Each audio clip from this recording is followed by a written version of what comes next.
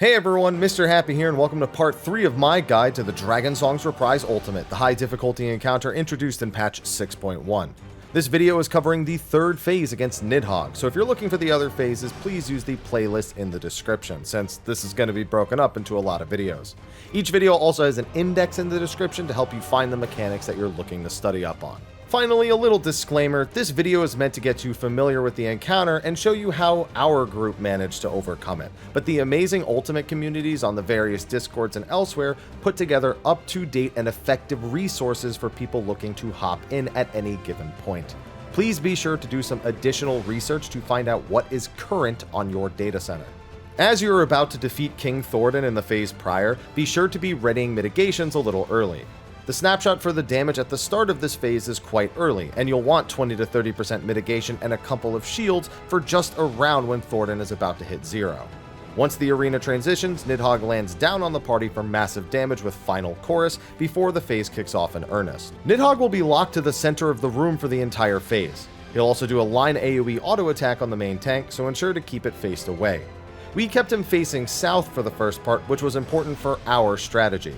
Just ensure he is facing towards a cardinal for orientation's sake. It'll just make the mechanics a bit easier to understand. After 3 auto attacks, Nidhogg will begin casting Dive from Grace. This places a marker on every player, with 3 players being marked with 1, 2 players being marked with 2, and 3 players being marked with a 3.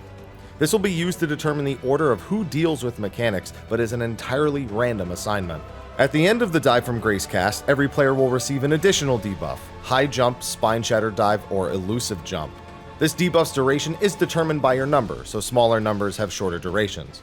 When that debuff wears off, 2 things will occur. First, that player will be hit by a Mirage Nidhogg Dive, dealing damage in a small AoE. If any other player is hit, they'll be thrown into the wall, so ensuring you're isolated for this hit is mandatory. A few seconds after the hit, a tower will appear that must be soaked by another player.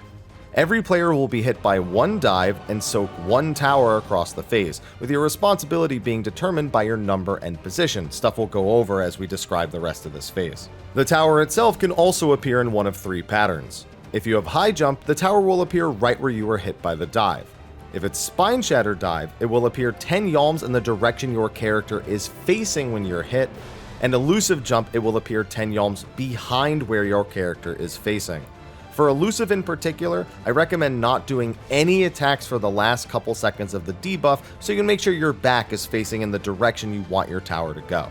Finally, after a tower is soaked by a player, the Mirage Nidhogg will aim a Gierskogul at whoever is nearest after a brief delay.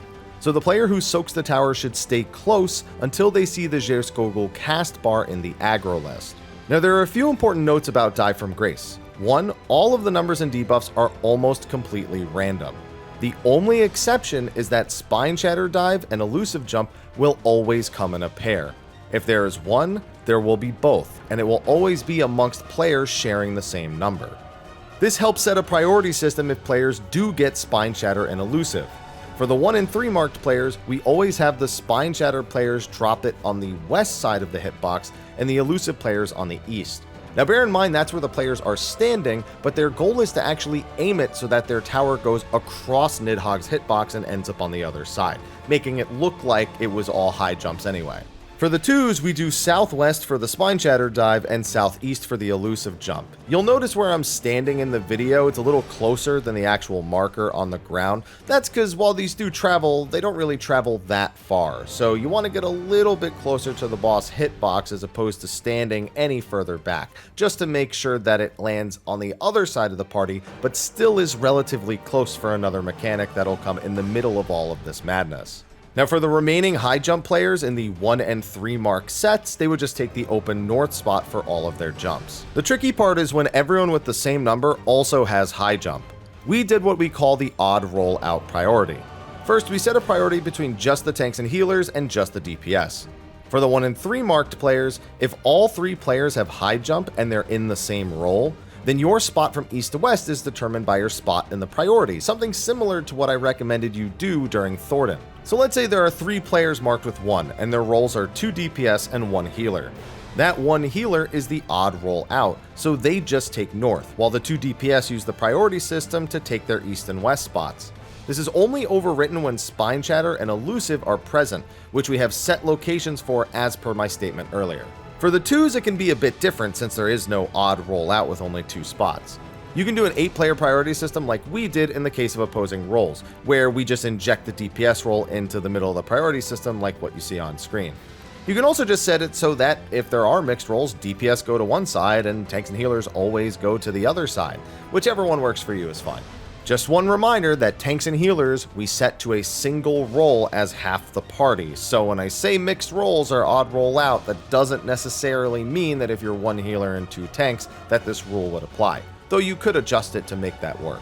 One last piece of advice for the jumps, I'd recommend if you're a 1 or 3 marked player to drop your jumps directly between the outer and inner hitbox rings that you see, as best as possible.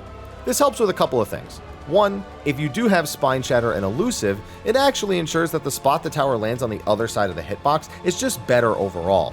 That helps with reason number 2. It ensures the tower is almost equally in and out of Nidhogg's hitbox, which is essential for the next mechanic we'll be discussing after we cover all of the dive-related stuff. As for the towers, which tower you take is dependent on which number and position you actually get. The 1's tower should all be gotten by 3s, with each 3 taking the tower at the location they'll be dropping their dives later. It's very important that during the Dive for Grace cast, you really identify where you need to go for the rest of the phase. Now the 2's towers will be taken by the 1s that drop their towers on the east and west side of the hitbox, taking the southeast and southwest sides respectively. Finally, the 3's towers will be taken by the 2s and the original North 1 marked player. Now the North 1 marked player will take the North 3 tower, just makes sense, but the 2s will be grabbing the East and West tower respective to their original Southeast and Southwest dive locations. Now while you're dealing with all of this jump and dive related stuff, Nidhogg will also use Gnash and Lash or Lash and Gnash. At the end of either of these cast bars, Nidhogg will use Eye of the Tyrant, a split damage AoE aimed at a random player standing in front of him. You'll want proper party mitigations for this hit and to ensure that all players not currently dealing with a dive are in front of Nidhogg and stacked. After Eye of the Tyrant, Nidhogg will either do a point blank AoE into a donut AoE or the reverse. This is determined by the name of the attack. Gnash and Lash will do a point blank into a donut AoE, while Lash and Gnash will do a donut into a point blank AoE. If you're hit, it will deal a bit of damage, knock you back, and worst of all, give you damage down. You cannot afford that damage down in this phase, so work hard to get good at not being hit by this. The whole phase is a lot of individual elements to track, since you'll have to learn how to rotate around the boss to both dodge Gnash and Lash mechanics, while also getting to your respective towers in time. I'm just going to play the phase out and put some text on the screen to describe what's happening in any given moment, just so you can get a visual of it.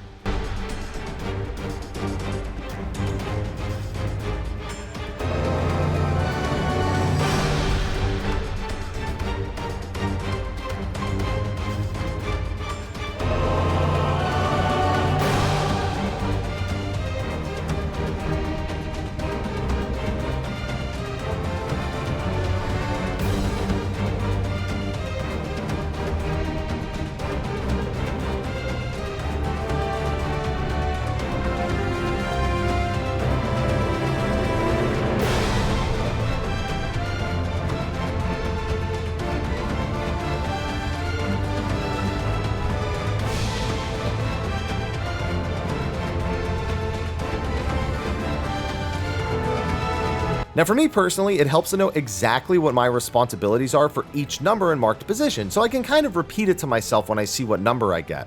So to simplify this for each number, for the 1s, the North 1 will get dived, stack for the second eye, and then take the North 3's tower. The East and West 1s will get dived, take the Southeast and Southwest 2's towers, and then stack for the second eye. That movement in particular is very important because you don't have a lot of time to bait the Gierskogul and get back into the stack to make sure it's a 5-player stack.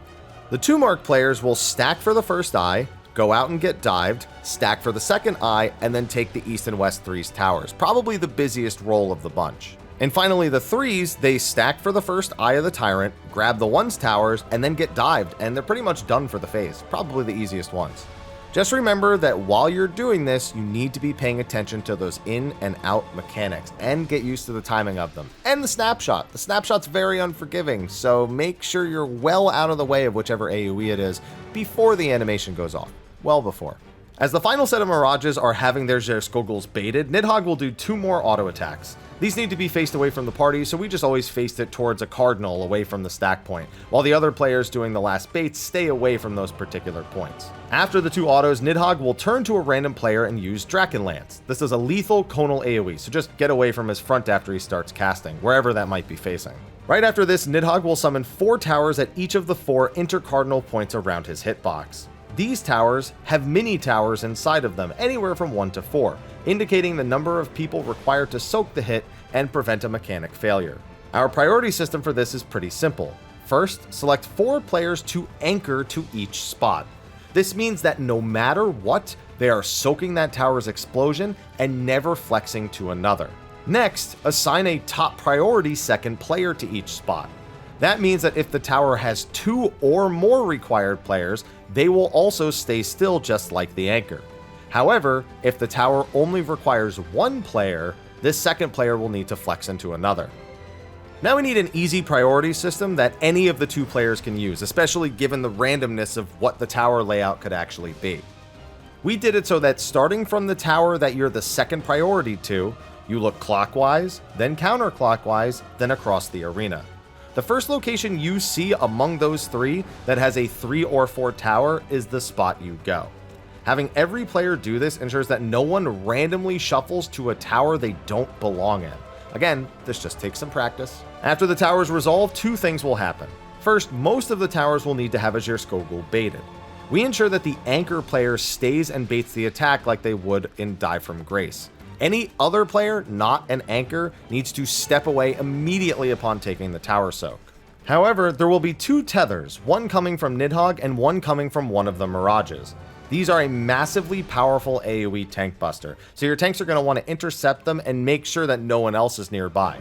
To do this, we have one tank prioritize Nidhogg, where they will take the tether, stand directly in the center of his hitbox for the hit, while the other tank looks for the adds that actually have a tether and go and grab those. They then run directly under whichever ad the tether was coming from and take their buster there. Now keep in mind this is one of the hardest hitting tank busters in the entire fight. If you didn't use your invulns during Thornton, use them here for sure. Otherwise, and I'm not exaggerating when I say this, use every single cooldown that you have. Even ask for a shield from a healer while doing this early on for extra safety. It hits that hard. After the tank busters and Gierskoguls go off, Nidhogg will auto attack 5 more times, then use Drachenlance directly south. This one isn't baited on a player, it's just directly south. And then begin casting Revenge of the Horde, his Enrage. In total, you have just under 2 minutes to meet this DPS check, but if you're super far ahead, slow down a bit to better align mitigation and DPS tools for future phases. That's going to be a wrap for the part 3 version of this guide, and the next one will cover 2 of the more chill phases as we transition into another big showstopper of our phase in the video after that. Anyway, thanks for watching this video, be sure to like, favorite, subscribe, and share, and I'll see you in the next one. Until then, take care.